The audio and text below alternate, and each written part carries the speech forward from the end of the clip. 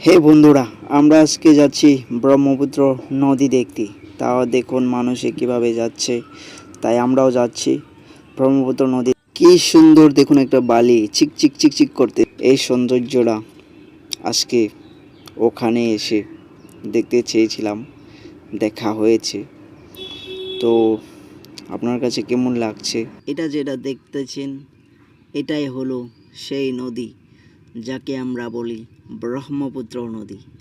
এই নদীটার প্রায় দৈর্ঘ্য ২,৯৪৫ কিলোমিটার।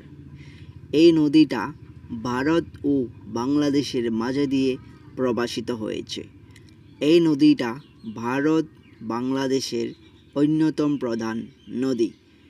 এই নদীর আশেপাশে প্রাকৃতিক সৌন্দর্য অসাধারণ। আর এইখানে যারা থাকে তারা এই নদীর উপরে নির্ভরশীল। তারা মাছ ধরে, খেতি করে জীবিকা নির্বাহ করে।